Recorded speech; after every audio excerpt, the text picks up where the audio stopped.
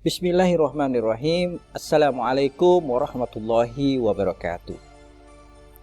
Alhamdulillahirabbil alamin, lam yattakhidh waladaw wa lam yakul lahu syarikun fil mulk wa lam yakul lahu waliyyun minadh dhulli wa kabbirhu takbira. Allahumma shalli ala sayyidina Muhammad.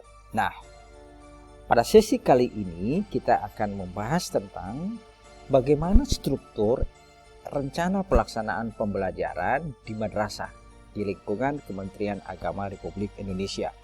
Jika sebelumnya kita sudah membahas bagaimana perubahan komposisi RPP dari waktu ke waktu di lingkungan Kementerian Pendidikan Nasional sejak tahun 2007 hingga saat ini, maka kita akan melihat apakah ada perbedaan signifikan pada strukturnya dan desain teknisnya RPP yang diatur di lingkungan Kementerian Agama. Dalam hal ini misalnya kita melihat secara spesifik di lingkungan madrasah.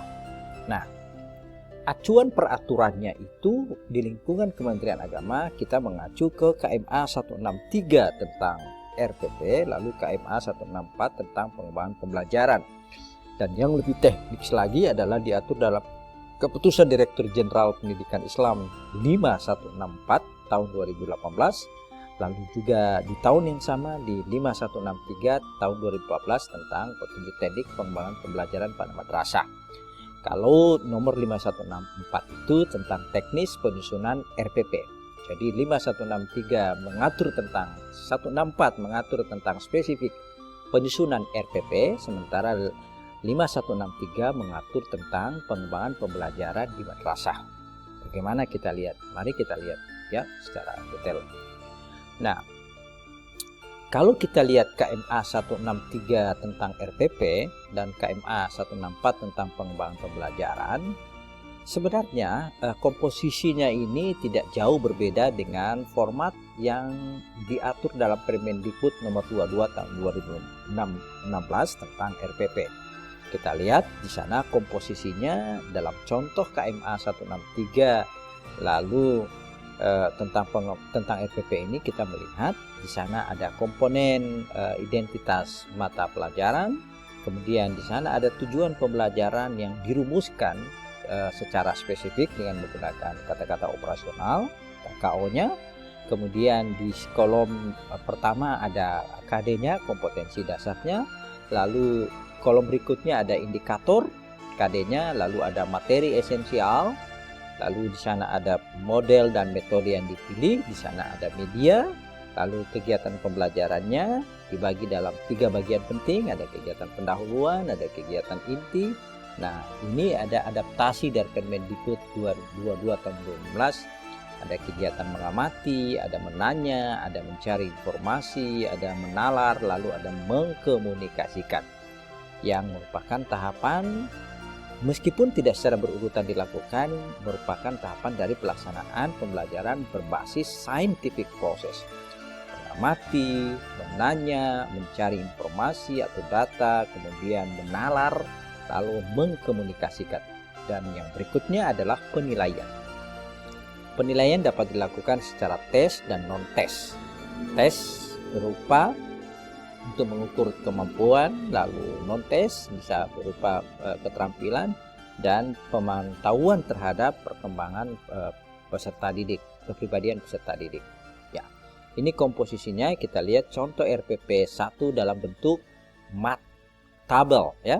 Kita lihat dalam bentuk tabel. Sekali lagi di sana ada identitas mata pelajaran, ada tujuan pembelajaran, di sana ada unsur kompetensi dasar, ada kode KD-nya.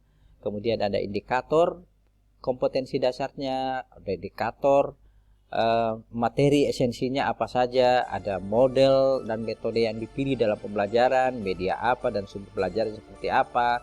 Lalu di sana ada rincian kegiatan pembelajaran terdiri dari kegiatan pendahuluan, inti dan penutup, lalu ada penilaian. Ya.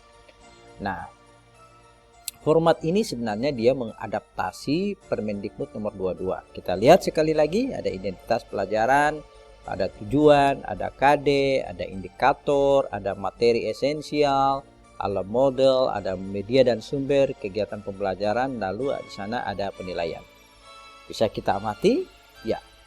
Unsur-unsur ini sebenarnya mengadaptasi Permendikbud nomor 22 tahun 2016. Jadi secara struktur dan komposisinya tidak jauh berbeda. Semua diakomodir, sebagian besar diakomodir melalui Permendikbud 22 tahun 2016.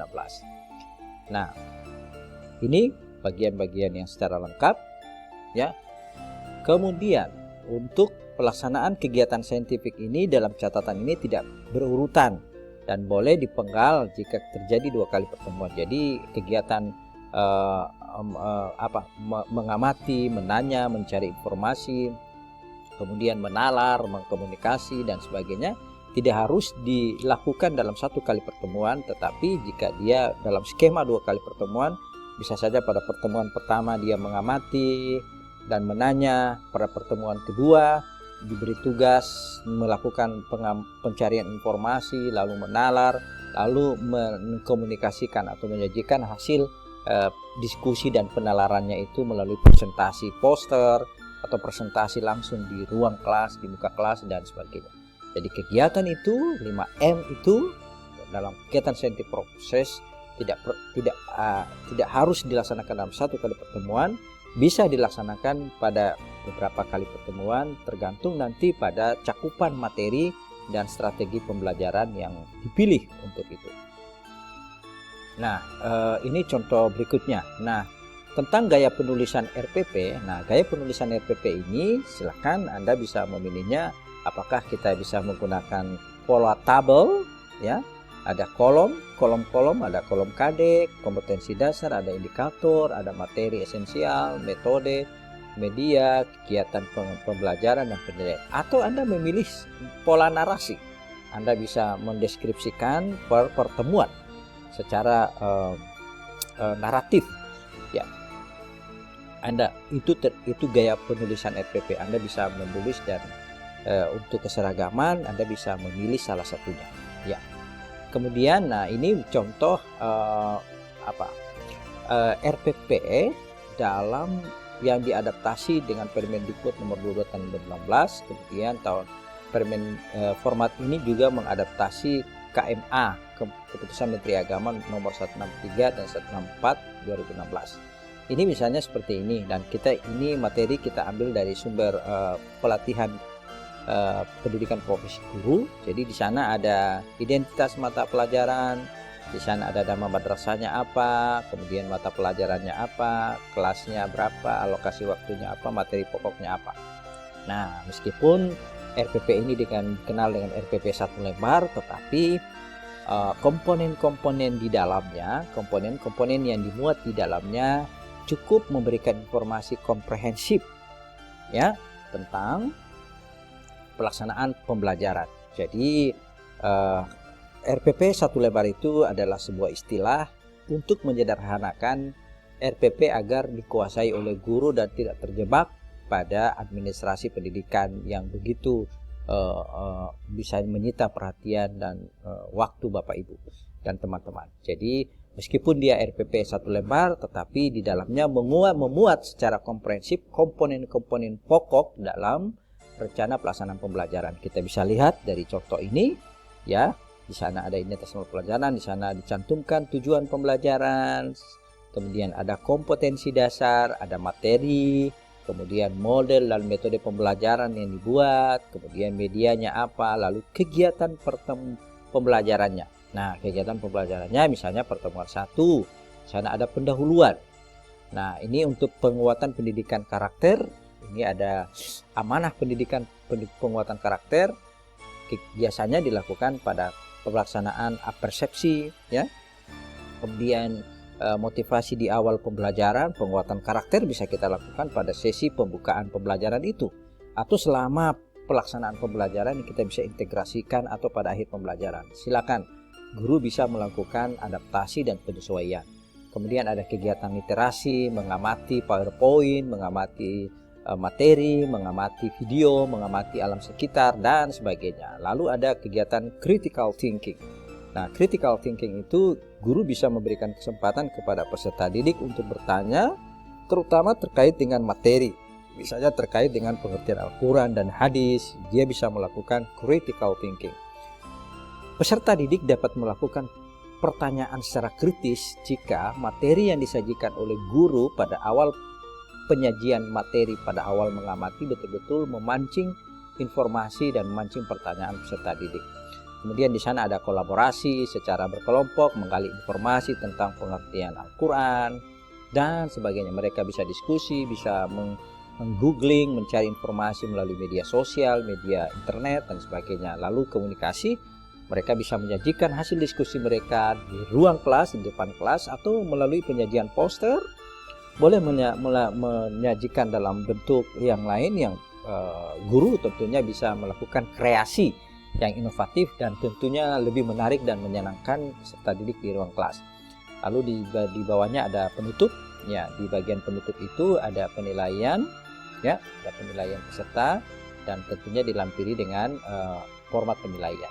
Nah, tujuan pembelajaran yang pada format ini tentunya dirumuskan berdasarkan KD, kompetensi dasar, dengan menggunakan kata-kata kerja operasional yang dapat diamati, diukur, dan merupakan sikap, pengetahuan, dan keterampilan. Jadi sumber rujukan ini kita bisa lihat di KMA 183 tahun 2019 tentang kurikulum madrasah, ada silabus, ada prosem dan sebagainya. Lalu KMA 183 tahun 2019 tentang kurikulum madrasah. Ya. Nah, kami akan menyajikan contoh bagaimana ini RPP yang sebelum kita koreksi. Ini RPP yang sudah dikirimkan oleh peserta. Ini yang sebelum kami koreksi. Setelah itu dilakukan koreksian terhadap materi yang ada. Kita bisa melakukan, ya. Ini dicantumkan di awal bagian depannya adalah covernya. Kemudian ada lembar pengesahannya, ya. Kemudian ada nama-nama kelompok. Lalu di bawahnya nanti ada kegiatan ini yang kami sudah sebutkan tadi, rencana pelaksanaan pembelajaran. Rencana pembelajaran ada identitas mata pelajaran, ya. Kemudian ada tujuan pembelajaran, kemudian ada medianya, ada pendekatannya, ada langkah-langkah kegiatan pembelajarannya seperti ini, ya. Lalu ada kegiatan penutup, penilaian. Nah, sebaiknya penilaiannya itu dilampirkan, materi pembelajarannya, kalau ada PPT-nya dilampirkan, kemudian bahan ajarnya, penilaian, dan rubrik pedoman penilaiannya. Sekira ini yang bisa kami sampaikan dalam sesi ini. Semoga ada manfaatnya. Terima kasih atas segala perhatiannya. Mohon maaf atas segala kekurangannya, dan semoga hal ini bermanfaat. Mari terus berkarya dan terus mengabdi untuk memuliakan manusia. Guru adalah tugas mulia, mari kita jaga kemuliaan itu dengan baik. Wabillahi taufiq wal hidayah. Wassalamualaikum warahmatullahi wabarakatuh.